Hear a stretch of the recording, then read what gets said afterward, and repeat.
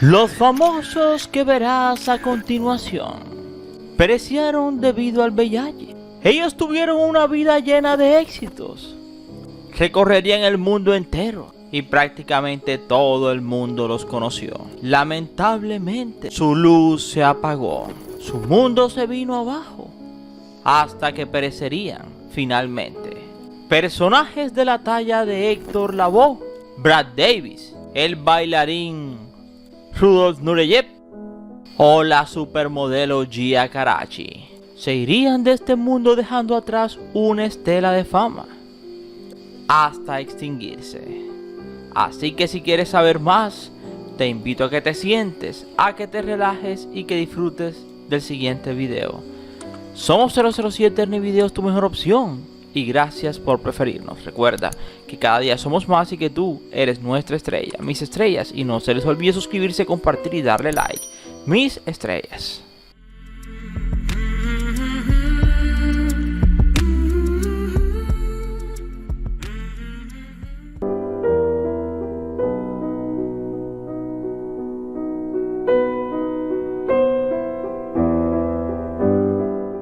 Rudolf Nureyev perecía de SIDA a principios de 1993, cuando tenía 54 años. Eso significa que su existencia se vería truncada casi al mismo tiempo del fin de la cortina de hierro. En sus primeros años de vida, tristemente tuvo que ver los insucesos de la Segunda Guerra Mundial. Pero contrario al conflicto, el pequeño Rudik, como le llamaban, se entusiasmaba era por el ballet. Una bailarina retirada que vivía cerca de la residencia donde vivía el pequeño Rudik fue quien le dio las primeras clases.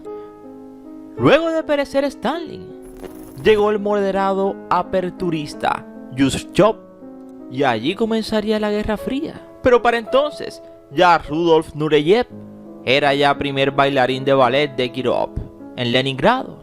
Y en junio del 61 aprovechó una gira internacional para pedir asilo político en Francia.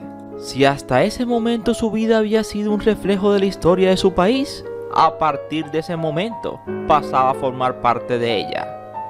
Fue tachado de traidor, condenado, y su familia sufrió graves interrogatorios y represalias. Así que todo esto hay que decirlo, pues Nureyev fue una estrella de ballet indudablemente, pero también una metáfora del complejo momento histórico que le tocó vivir. Así que la vida de Nureyev fue una vida errante e intensa de uno de los divos más importantes de la historia del ballet. Otra cosa también es clara, que la vida de Nureyev dio un salto con aquella escapada que ya traía meditada y planeada. Eso sería muy importante, lo que hizo escaparse, ya que Occidente no tenía entonces un bailarín como él, ni tampoco las grandes bailarinas de su época, un partner de su calibre. Es así como fue pareja escénica primero de la norteamericana Rosella Hightower y de la francesa Yvette Chauvir, para por fin, por una serie de circunstancias que rozan el relato de ficción, topar en Londres con Margot Fonteyn, la gran dama del ballet británico, y su paso a dos del Corsario se vuelve un emblema de bella y buena danza clásica con el que recorren el mundo la parejita. Pero al mismo tiempo no faltaban los flashes de la prensa rosa, las persecuciones de sus fans y los escándalos sociales. Su romance con Eric Brun fue aireado. Más de una vez pasaron por comisarías. El escándalo perseguiría a Nureyev en vida y después de perecer. Ocultó mientras pudo que padecía SIDA. Dirigió con mano de hierro la ópera de París desde el 83. Y en el decir de muchos, la despertó de un letargo de décadas. También tuvo una fragmentada carrera en el cine. De lo que más se recuerda su participación sería en El Valentino, película del 77 de Ken Russell.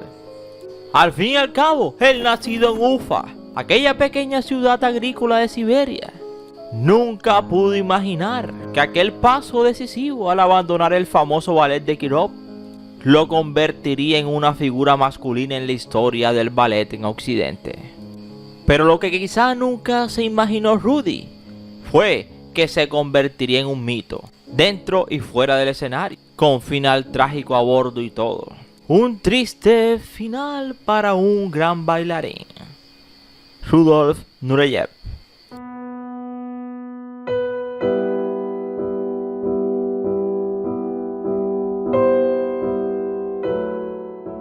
El Expreso de Medianoche, aquel clásico del cine, protagonizada por Brad Davis y que estaba basada en una historia real de un joven estadounidense que en 1970 fue detenido en el aeropuerto de Estambul.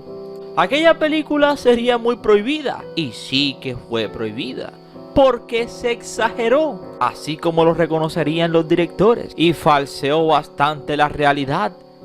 Les tocó pedir disculpas al pueblo turco por la imagen que habían dado de él. No obstante, El Expreso de Medianoche sigue prohibida en los cines de Turquía hasta hoy en día. Brad Davis interpretó a Billy Hayes. Brad Davis ganaría el Globo de Oro con El Expreso de Medianoche. También actuó en Carros de Fuego y también se contagió del VIH. Perecía el 8 de septiembre del 91 a los 41 años. Su viuda Susan escribiría en el 97 una biografía de Davis, en la que aseguró que no tenía orientación amorosa hacia personas de su mismo género, pero que sí le gustaban las sustancias, pero que consumía sustancias prohibidas. Perecía a los 41 años, aún cuando tenía mucha tela por cortar y muchas películas en las cuales se hubiese podido destacar.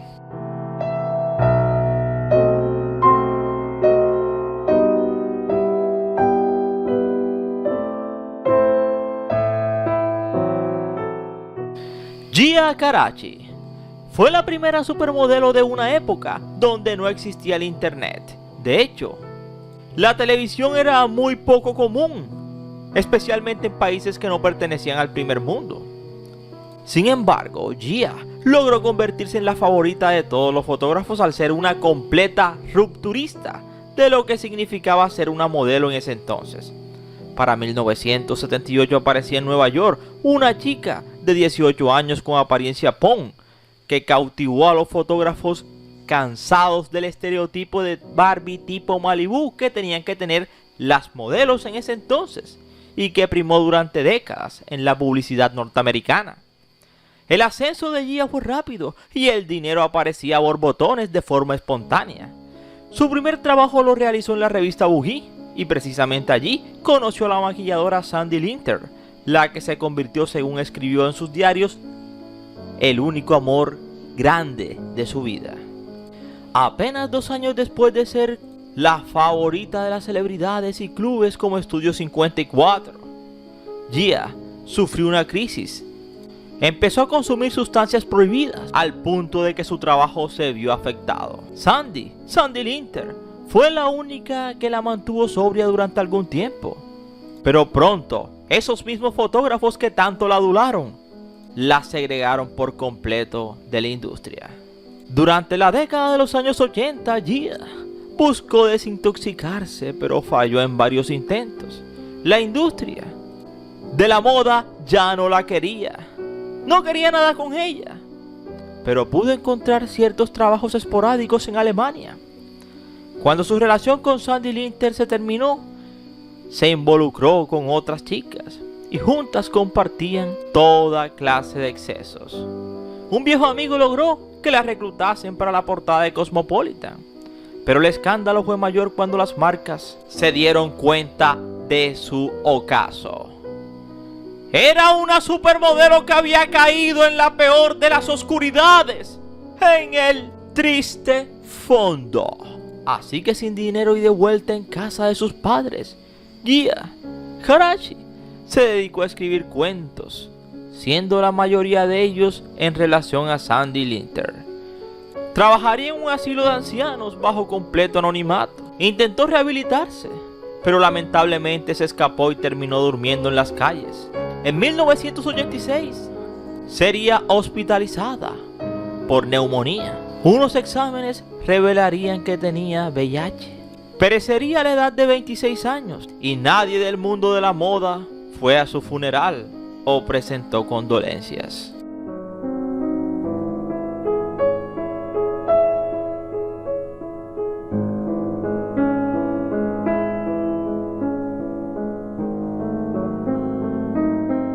De repente el mundo se está enterando de la grandeza y la tragedia de Héctor Lavoe. En el ámbito hispanoamericano, desde luego, no era necesario contar su biografía. Hubo hasta una exitosa obra teatral. ¿Quién acabó con Héctor Lavoe? Que en Nueva York fue representada por el cantante Domingo Quiñones. Ahora, es otro vocalista salsero, Marc Anthony, quien lo encarnó en la película. Aquella película del 2007 que se llamó El Cantante. Allí apareció también Jennifer López. Interpretó paradójicamente a Nilda Román, la tremenda esposa de Héctor.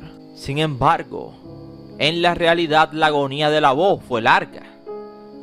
Era prácticamente un zombie, incapaz. Su deterioro humano y artístico fue muy visible. Lo extraordinario es que nunca perdió el cariño de la gente. Lavoe no era un profesional modelo. Según aumentó su fama, perdió fiabilidad sobre el escenario. Llegaba tarde o no aparecía para el concierto, igualito que a muchos cantantes famosos. Pero el cantor de San Fernando nunca bromeó con esos asuntos. Por el contrario, Lavoe publicó una canción humorística sobre sus costumbres, el rey de la puntualidad. Y era que en los 80 muchas de sus actuaciones tendieron hacia lo catastrófico.